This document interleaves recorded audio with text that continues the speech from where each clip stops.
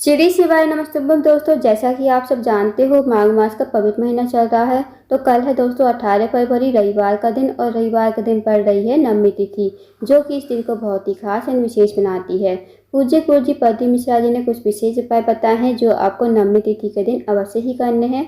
यदि आपके जीवन में धन संपदा की बहुत ज़्यादा कमी है, व्यापार में वृद्धि नहीं हो रही है, या आपके जीवन की कोई अधूरी मनोकामना है जो काफ़ी दिनों से पूर्ण नहीं हुई है, साथ ही आपका कोई कार्य अटका हुआ है, आपके विवाह में बाधा आ रही है, अड़चन आ रही है, आपको जीवन में सफलता नहीं मिल पा रही है, तो यह वीडियो आपके लिए। बस दोस्तों, आपको 5 गेहूं के दाने से अचूक उपाय करना है। यदि आप इस उपाय को करते हो तो आपकी जो भी मनोकामना होगी अवश्य ही पूर्ण हो जाएगी। तो आइए दोस्तों जानते हैं उपाय कैसे करना है। पहला जो उपाय है, यदि आपकी कोई विशेष मनोकामना है, काफ़ी दिनों से पूर्ण नहीं हो रही है, या आपने कई प्रकार के व्रत नियम उपाय सब करके देख लिए फिर भी आपकी मनोकामना पूर्ण नहीं हो रही है, तो इस उपाय को अवश्य कीजिए। इस उपाय को करने के लिए आपको 5 गेहूं के दाने लेने हैं। अब जो 5 गेहूं के दाने लोगे वो आपको देख लेने हैं, कहीं से खंडित नहीं होने चाहिए। उसके बाद आपको लेना है 1 लोटा जल तांबे के पात्र में। अब इन्हें लेकर चले जाना है आपको शिव जी के मंदिर में। इस उपाय को आप सुबह से लेकर शाम तक कभी भी कर सकते हो, पर आपको शिवालय में ही जाकर इस उपाय को करना है। अब आप शिव जी के मंदिर में जाकर सबसे पहले जो आपके पास 5 गेहूं के दाने हैं उनमें से 4 दाने आपको गणेश जी के स्थान पर समर्पित करने हैं। अब दोस्तों, आप सबको पता होगा कि जलाधारी पर ही शिव जी का पूरा परिवार विराजमान है। तो दोस्तों, गणेश जी का स्थान जो होता है वो जलाधारी पर राइट साइड पर होता है। तो वहाँ आपको श्री शिवाय नमस्तुभ्यं कहते हुए ये 4 गेहूं के दाने आपको समर्पित कर देने हैं। उसके बाद जो आपके पास 1 लोटा जल है और 1 गेहूं का दाना बचा है, 1 गेहूं के दाने को आपको लोटे के जल में ही डाल लेना है। इस लोटे को आपको हाथ में उठाना है और अपनी मनोकामना बोलनी है। जो भी आपकी मनोकामना है, चाहे वो धन से जुड़ी हुई हो, व्यापार से जुड़ी हुई हो, नौकरी नहीं लग रही हो, या आपके जीवन में कोई भी मनोकामना हो, मनोकामना बोलिए। या फिर आपके जीवन में बहुत बड़ी समस्या चल रही हो, उस समस्या को बोलिए। और इस जल को सबसे पहले जहाँ आपने गणेश जी के स्थान पर 4 गेहूं के दाने समर्पित किए थे, थोड़ा सा जल आपको वहाँ पर समर्पित कर देना है श्री शिवाय नमस्तुभ्यं कहते हुए, और बाकी का सारा जल आपको शिवलिंग के ऊपर समर्पित कर देना है श्री शिवाय नमस्तुभ्यं कहते हुए। उसके बाद आपको 2 मिनट मंदिर में बैठना है, श्री शिवाय नमस्तुभ्यं का जाप करना है। फिर आपको भगवान को प्रणाम करके विनती करके आपको अपने घर पर आ जाना है। तो दोस्तों, इस विशेष उपाय को अवश्य कीजिएगा, बहुत ही अचूक एवं विशेष उपाय है। इस उपाय को करने से आपकी सारी मनोकामनाएं अवश्य ही पूर्ण हो जाएंगी। तो अब जानते हैं दोस्तों अगले उपाय के बारे में। अगला उपाय दोस्तों है रोग मुक्ति के लिए। यदि आपके घर में कोई व्यक्ति बीमार है, काफ़ी दिनों से बीमार पड़ा है, या उसकी बीमारी जो है ख़त्म होने का नाम नहीं ले रही, तो इस उपाय को अवश्य कीजिए। इस उपाय को करने के लिए आपको एक तांबे के पात्र में 1 लोटा जल लेना है, साथ ही आपको लेना है 1 बेलपत्र। अब आपको बेलपत्र देख लेना है, कहीं से कटी पट्टी खंडित नहीं होनी चाहिए। अगर आपको बेलपत्ती कहीं से नहीं मिलती है तो आप शिवलिंग के ऊपर से महादेव से विनती करके बेलपत्र उठा सकते हो और उसे धोकर जो है उसका प्रयोग कर सकते हो। अब इन्हें लेकर आप चले जाइए शिव जी के मंदिर में। शिव जी के मंदिर में जाकर सबसे पहले आपको 1 लोटा जल श्री शिवाय नमस्तुभ्यं कहते हुए शिवलिंग के ऊपर समर्पित कर देना है। उसके बाद जो आपके पास 1 बेलपत्र है वो आपको अपने हाथ में लेनी है और भगवान से प्रार्थना करनी है उस रोगी व्यक्ति के लिए। जो व्यक्ति आपके घर में बीमार पड़ा है उसका नाम बोलना है, गोत्र बोलना है, और इस बेलपत्र को आपको कुंदकेश्वर महादेव के नाम से जो है शिवलिंग के ऊपर समर्पित कर देना है। उसके बाद 2 मिनट आप मंदिर में बैठिए, श्री शिवाय नमस्तुभ्यं का जाप कीजिए। उसके बाद जो आपने बेलपत्र चढ़ाई है शिवलिंग के ऊपर, वो आपको भगवान से विनती करके औषधि के रूप में लेकर आनी है घर पर। और घर पर आकर इस बेलपत्र को आपको उस रोगी व्यक्ति को खिलाना है जो व्यक्ति आपके घर में बीमार है।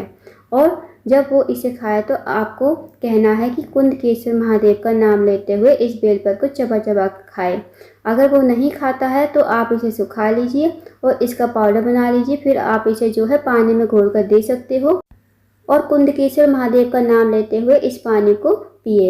यकीन मानिए दोस्तों, यदि आप इस उपाय को करते हो कि जो भी व्यक्ति आपके घर में बीमार है उसकी जो बीमारी है धीरे धीरे ठीक होने लगेगी। तो इस विशेष उपाय को अवश्य कीजिएगा, बहुत ही अचूक एवं विशेष उपाय है। अब जानते हैं दोस्तों अगले उपाय के बारे में। अगला जो उपाय है, यदि आपको कोई कार्य अटका हुआ है, बहुत दिनों से पूर्ण नहीं हो रहा, या आपके घर में सुख शांति समृद्धि बिल्कुल भी नहीं है, आपके घर में जो है छोटी छोटी बातों पर झगड़ा होता रहता है, तो इस उपाय को अवश्य कीजिए। इस उपाय को करने के लिए आपको लेना है एक तांबे के पात्र में 1 लोटा जल, साथ ही आपको लेना है थोड़ा सा शहद और एक बेलपत्र आपको लेनी है। बेलपत्र जो आप लोगे कहीं से कटी फटी और खंडित नहीं होनी चाहिए। इस उपाय को भी आप सुबह से लेकर शाम तक कभी भी कर सकते हो।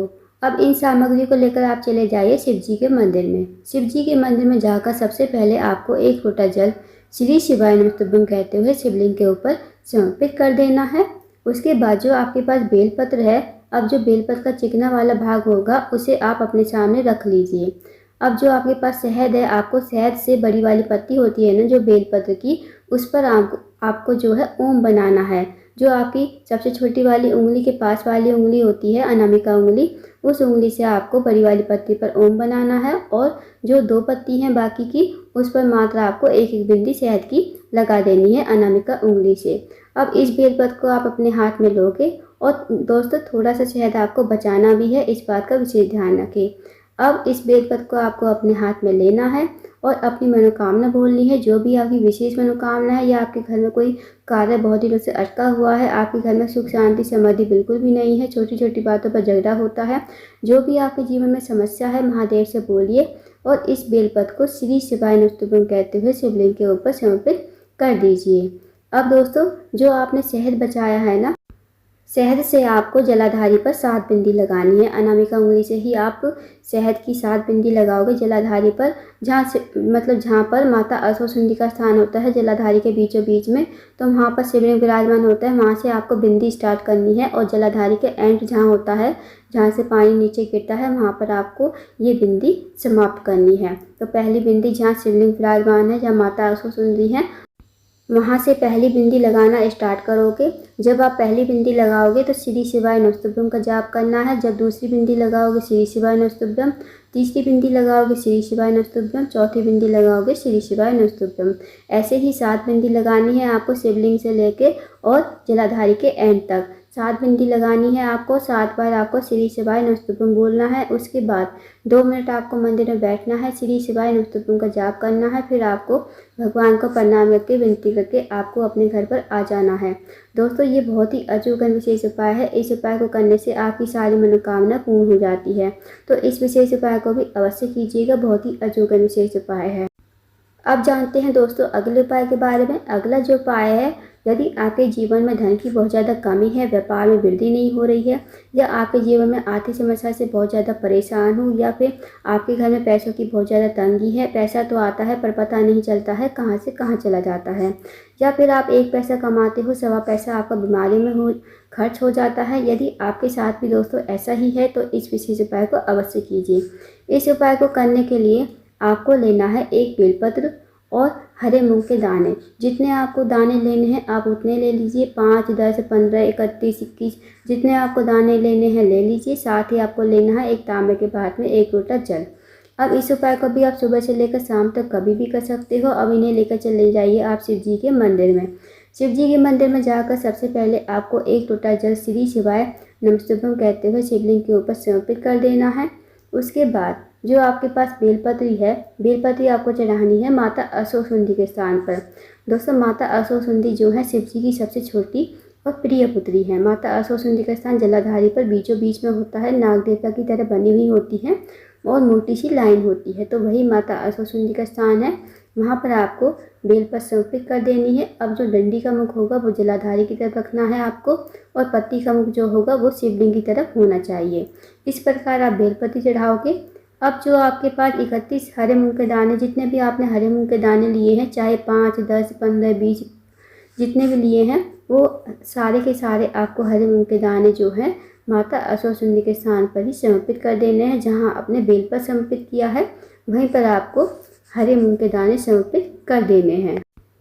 अब आपको 2 मिनट मंदिर में बैठना है, श्री शिवाय नमस्तुभ्यं का जाप करना है। फिर आपको महादेव से और माता अश्वसुंदी से प्रार्थना करनी है, जो भी आपकी विशेष मनोकामना है। जीवन में धन की बहुत ज़्यादा कमी है, व्यापार में वृद्धि नहीं हो रही है, या आर्थिक समस्या से बहुत ज़्यादा परेशान हो, आपके जीवन में कोई बड़ी से बड़ी समस्या है तो महादेव से कहिए, माता असुरसुंदी से कहिए, आपकी मनोकामना अवश्य ही पूर्ण होगी। जो भी आपके जीवन में समस्या चल रही है उस समस्या का अंत अवश्य ही होगा। तो दोस्तों इस विशेष उपाय को भी अवश्य कीजिएगा, बहुत ही अचूक एंड विशेष उपाय है। इस उपाय को करने से आपकी सारी मनोकामनाएं अवश्य ही पूर्ण हो जाएंगी। दोस्तों ये थे कुछ विशेष उपाय जो आपको नवमी तिथि के दिन अवश्य ही करने हैं। इन उपायों को अवश्य कीजिएगा। अगर आपको जानकारी पसंद आई हो, वीडियो को लाइक करें, शेयर करें, चैनल को सब्सक्राइब करें, कमेंट बॉक्स में श्री शिवाय नमस्तुभ्यम हर हर महादेव जरूर लिखें।